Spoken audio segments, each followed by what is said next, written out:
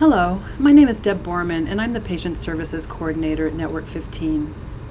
Today I'll be talking about a very important topic, which is patient engagement and helping patients manage their health. The ability to manage one's health is critical for living well with a chronic illness.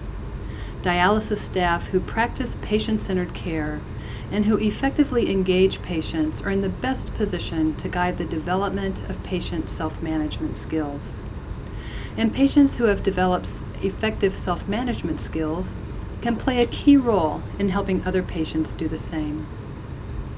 I'll be talking about what is patient-centered care and patient engagement, define self-management support, and what staff can do to help patients build self-management skills.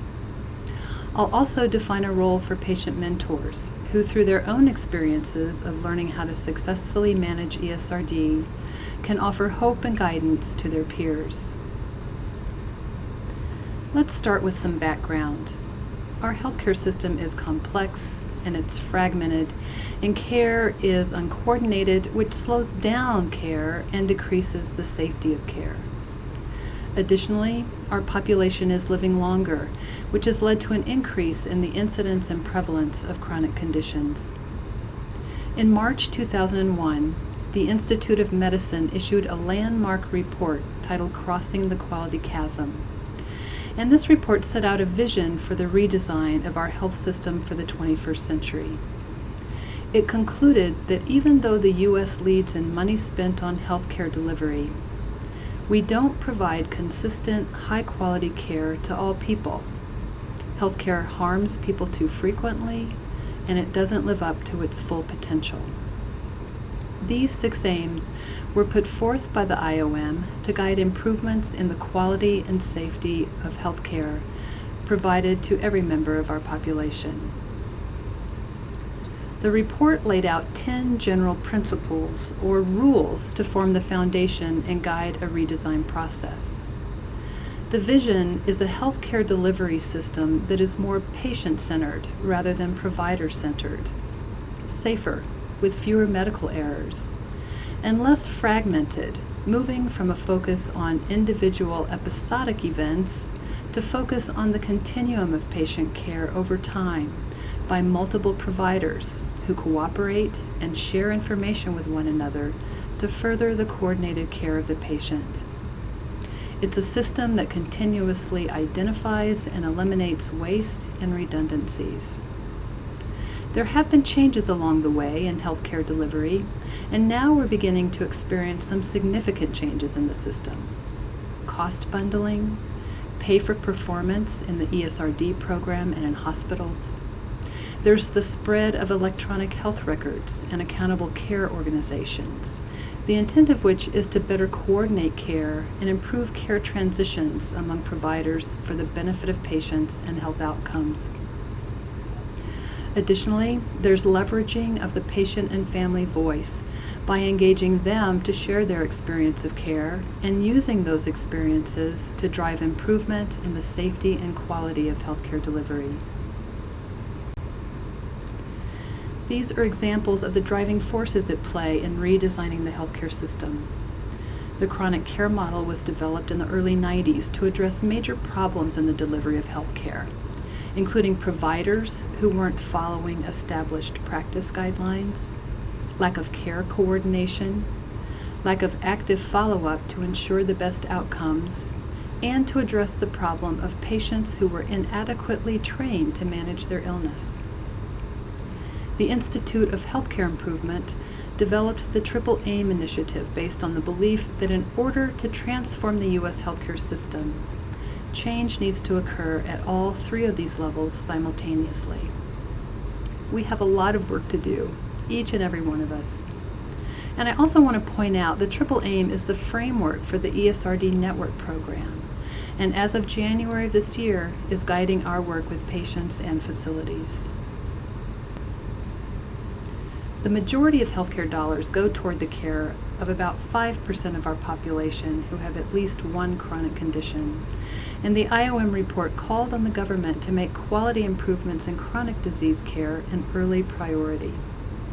In 2005, there were 133 million people in the U.S. with at least one chronic illness. That's almost 1 out of every 2 adults. Consider the obesity epidemic and the rise in rates of hypertension and diabetes, which we all know can lead to ESRD if not treated. According to the CDC, more than a third of all adults do not meet recommendations for aerobic physical activity. In 2007, less than 22% of high school students and only 24% of adults reported eating 5 or more servings of fruits and vegetables a day. Now, we all know we're supposed to do these things, but there's lots of us who don't engage in healthy behaviors consistently over time. Each of us is responsible for managing our health, whether we're currently healthy or have a chronic condition. And this is becoming increasingly important as healthcare dollars are consuming more of this country's GNP, while at the same time our healthcare system is struggling to effectively manage the needs of our population. So where does patient-centered care fit in? In order to effectively engage in our care, we have to be invited to the table and expected to participate by sharing our values, our preferences and needs, and invited to collaborate with our providers in making evidence-based decisions about treatment. The IOM places patient-centered care as a fundamental focus of all efforts to reform and improve our healthcare system. Here are 2 definitions of patient-centered care. And I like Dr. Berwick's quote, "Nothing about me without me." Remember comparing handprints in school when you were a kid? Each of our handprints is unique. My handprint was smaller than Katie's, and Randy had more lines in his handprint than I had in mine. But when you look at handprints from a distance, those unique qualities aren't apparent. We work in such a busy environment that distance can occur between us and our patients, and the individuality of each patient can get overlooked. This distance is a barrier to patient-centered care and patient engagement. One dialysis patient documented on his blog that we're an object of treatment. Other patients have told us when they call the network that they feel like they're just a butt in the chair. What would your patients tell you? Patient-centered care and patient engagement requires a conscious effort to focus on the individual. The provision of patient-centered care necessitates that patients' values, beliefs, and cultural backgrounds are incorporated into the planning and delivery of individualized care. It means that information that is shared with patients and families is unbiased and complete and given in ways that are affirming and useful to allow them to effectively participate in care and decision-making. It means that patients and families are encouraged and supported in participating in care and decision-making at the level they choose. At an organizational level, it means that patients and family members are invited to participate in an advisory role and collaborate with healthcare practitioners and leaders on issues such as policy and program development, its implementation and evaluation, healthcare facility design, professional education, and the overall delivery of care that an organization provides. Each of these drivers working together are designed to move forward the provision of patient-centered care in the ESRD program. There's reporting of facility clinical outcomes on DFC and the posting of the Facility Performance Score Certificate as part of the QIP program to provide patients and families with information to help them make decisions about where they want to receive dialysis treatment. The redesigned ESRD course survey process and the redesign of the ESRD network program both include a direct focus on the patient voice regarding the quality and safety of dialysis care, as well as the patient experience of care. Networks and state survey agencies are collaborating regularly regarding the quality and safety of care and patient access to care. Internally, you should be utilizing your CAPI trends and patient survey results to drive improvements in the quality, safety, and the patient experience of care in your own facility. This is not what patient-centered care and patient engagement looks like.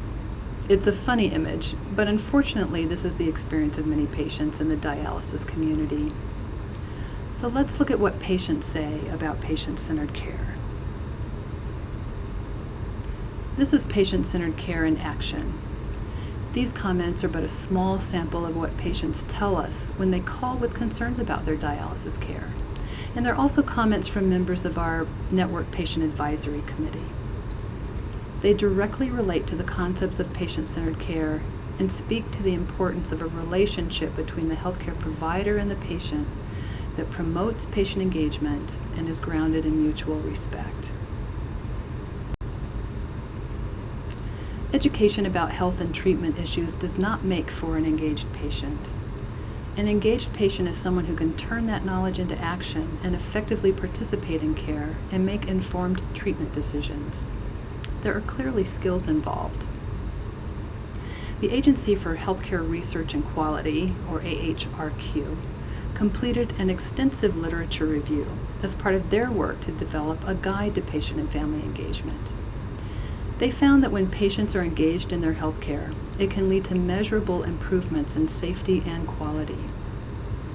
But studies have found that many patients don't even understand what their doctor is telling them, or they may not realize that taking an active role in managing their health can actually lead to feeling better and having better health outcomes. Some aren't engaged as effectively as they could be, and others aren't motivated to be engaged. And still others may not have the confidence that they can succeed in managing a complicated treatment plan like dialysis patients are faced with. Think about your patients who have lots of information about what to do and are treated by the healthcare team 3 times a week, but have difficulty actually turning knowledge into action. How can we help our patients accomplish this? Let's take a look at the issue of compliance and how patients can be engaged differently and more effectively. Compliance in and of itself really is simply following a directive. And evidence-based directives are at the core of healthcare. You must come to treatment 3 times a week and stay the entire prescribed treatment because it's what's best for you. And yes, of course, this is true. Now consider how some staff members interact with a patient who chronically misses treatments or is chronically late for treatments. They may be concerned, but behaviorally they scold, warn, may show frustration or even anger, all of which is more likely to build a wall between the patient and staff rather than engage the patient in even having a conversation about the issue. Compliance is now being reframed as adherence, and along with this has come a very different intervention strategy based on the recognition that adherence is a dynamic process. This patient-centered approach involves engaging and supporting patients to make thoughtful decisions about a treatment plan, identifying and evaluating the pros and cons to adherence, helping them identify and address barriers, and respecting where the patient is at any given time related to his or her level of adherence. This certainly doesn't mean that you toss aside the goal of attaining the best outcomes for patients. What it does mean is that patients are involved in deciding what the best outcome is for them. How they feel and the level to which they adhere to their treatment plan may change over time. And since adherence is a dynamic process, follow-up is critical, so that we aren't giving up on patients who may rebuff our efforts at engagement, and also to ensure we're there to support patients' successes, no matter how small, so they can be built upon. In other words, rather than just giving patients a destination, help them develop a path to get there, one step at a time, with rest stops along the way to evaluate the road traveled, identify any roadblocks, and adjust the route to the destination as needed. This is what self-management support is all about. Social support always helps when an individual is practicing new behaviors, and there's substantial evidence, primarily in the fields of mental health and substance abuse treatment, that patient mentors can assist in improving adherence behaviors. When it comes to interventions to engage patients in taking an active role in managing their health, one size does not fit all. Motivational interviewing offers a framework for working with patients based on the patient's readiness to change. It provides guidance on asking the right questions at the right time, and how timing of an intervention as well as the appropriateness of the intervention is so important to the process. Timing meaning in the patient's time, not the provider's. Patients drive the change process. The provider is a guide. It is the patient's responsibility to self-manage their chronic illness in their daily lives, and it's our responsibility to assist them to achieve the level of responsibility they're capable of and of which they choose. Just like asking the right questions at the right time, it's important that we don't give up on those patients who turn us away. We must find that balance of respecting a patient's autonomy and being careful that we're not using the concept of patient autonomy as an excuse to stop our attempts to engage the patient. You really never know when the door is going to open a crack. There's an interesting illustration of this in the book Health Behavior Change, written by Stephen Rolnick and his partners. They had 3 counselors rate each of 142 male heavy drinkers on their likelihood to change their behavior as a result of being involved in a hospital-based health promotion effort. Follow-up at 6 months showed no relationship between their judgments and actual outcomes. In fact, some of the identified hopeless cases did very well. Now, it's clear that fear and uncertainty is going to interfere with an individual's ability to actively engage in their health and treatment.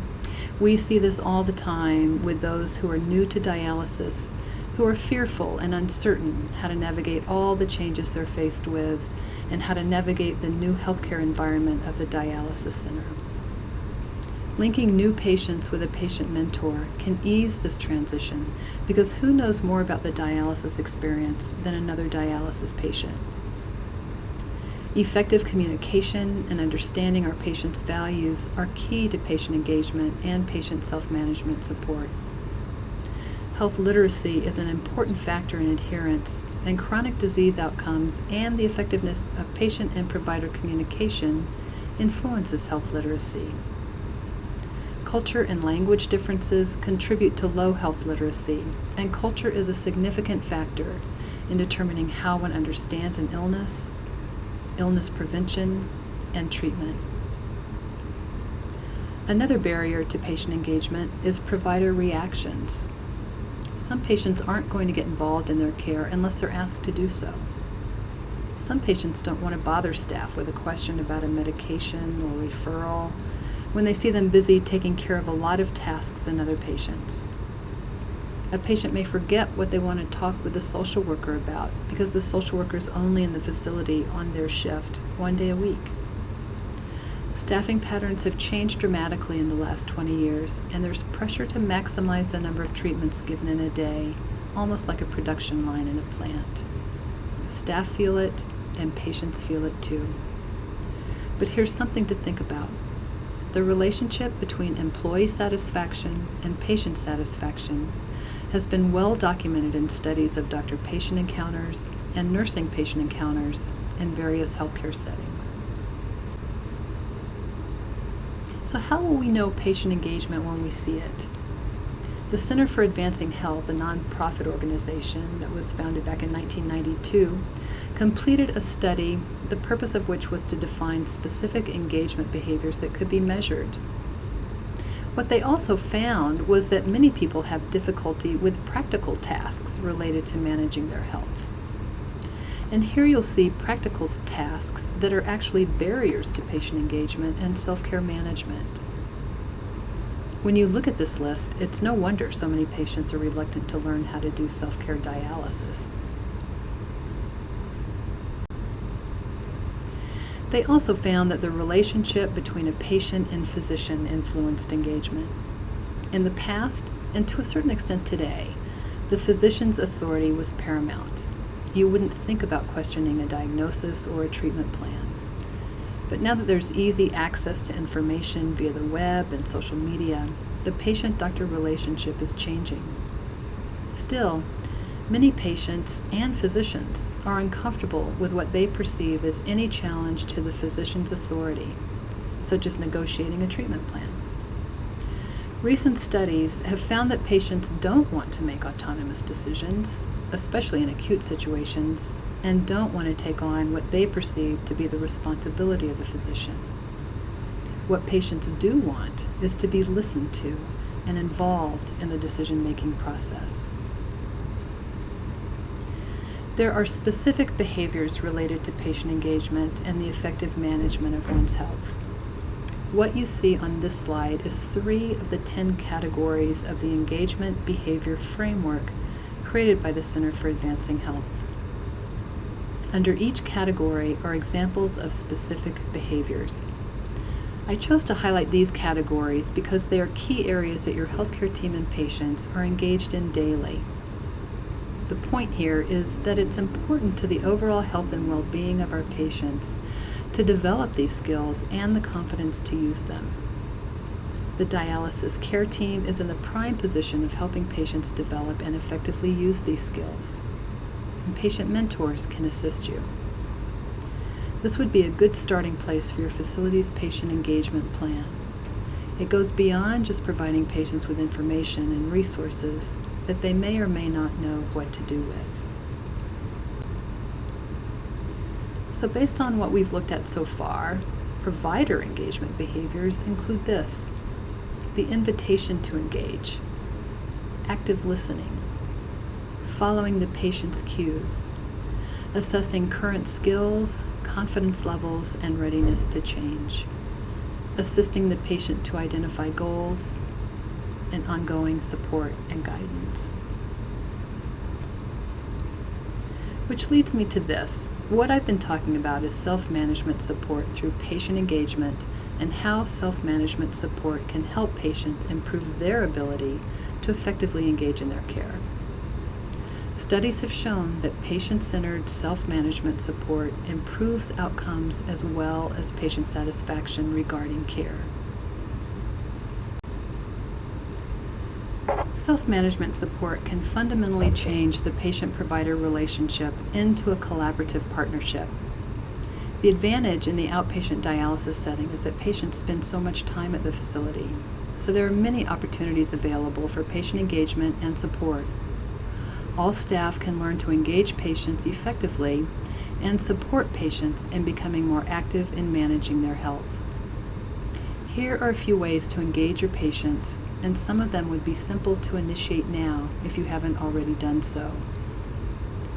The teach-back method is used to ensure that the patient understands the message you're conveying using his or her own words and not just parroting back to you the words you used. For example, teaching about a new medication or procedure that's being recommended. It's a conversation that can elicit questions and will assure the patient's understanding of the information being provided. Medication reconciliation. AHRQ described an intervention by one ambulatory care center that implemented a program in which clinic assistants printed out medication lists and had patients update the list while they were waiting to be seen. This intervention resulted in a 400% increase in the number of medication lists reconciled, with specific changes including deleting medications no longer used, adding medications that were not previously on the list, and correcting dose or frequency errors. Assess your patient's engagement behaviors. I identified many of them just a moment ago, and help your patients identify a goal that will further their skills and self-confidence in managing their health. Link patients with patient mentors. Dialysis patient mentors can help other patients build confidence in their ability to manage their health by sharing their experiences of successes, mistakes they've made along the way, and adaptations that they've made in behavior, lifestyle, and coping.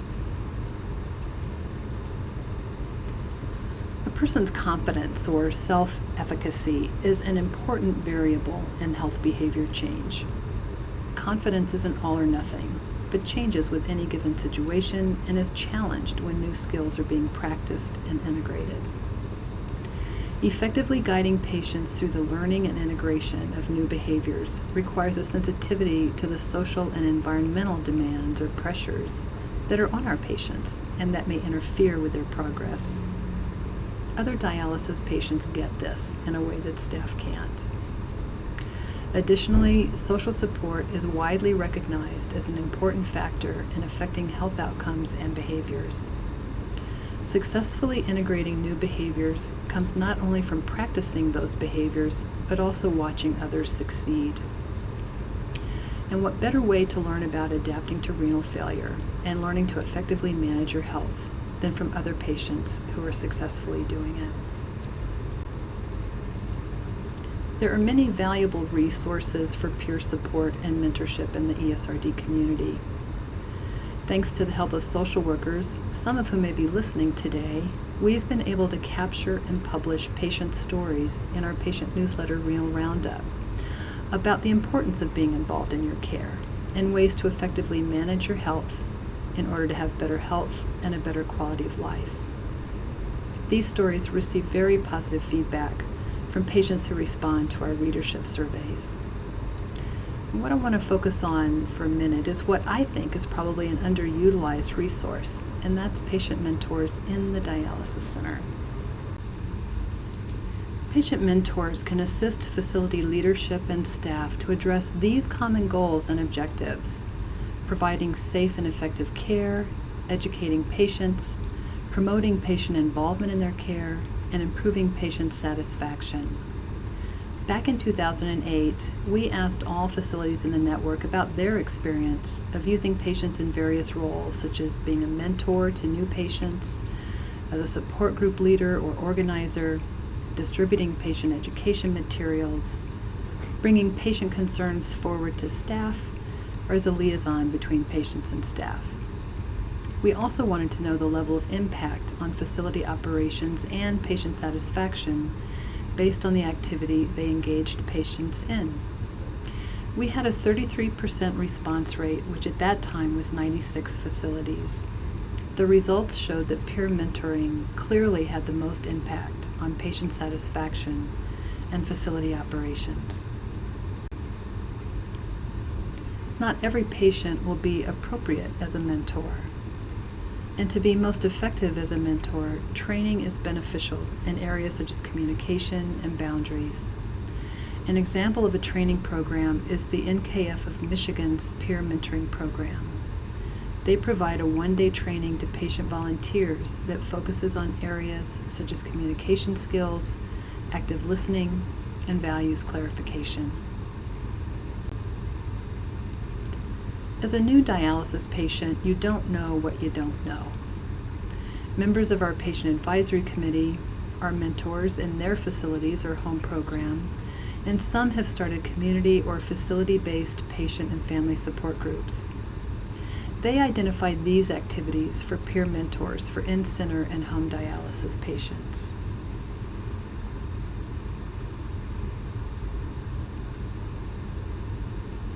The responsibility to provide education to patients lies with the physician and dialysis care team. However, we believe that there are education-related activities for patient mentors, such as the ones you see here. Activities like this can build stronger relationships between patients and between patients and staff. As I bring this presentation to a close, I want to go back to the original objectives. During this presentation, I've defined patient-centered care and patient engagement. I defined self-management support and the skills patients need to effectively manage their health. I've provided you with some intervention strategies so that you can help your patients become more engaged in managing their health. And finally, I've talked about how patient mentors can be an invaluable resource to improving patient engagement in your facility. So in closing, collaborative relationships between the doctor, staff, patients, and family members that are grounded and nurtured through patient-centered care, patient engagement, and self-management support can lead to better health outcomes and the best quality of life possible for our patients. It really is a win-win for everyone. The next 3 slides are resources that are readily available to you. I hope that you find them useful to the patient engagement efforts in your facility.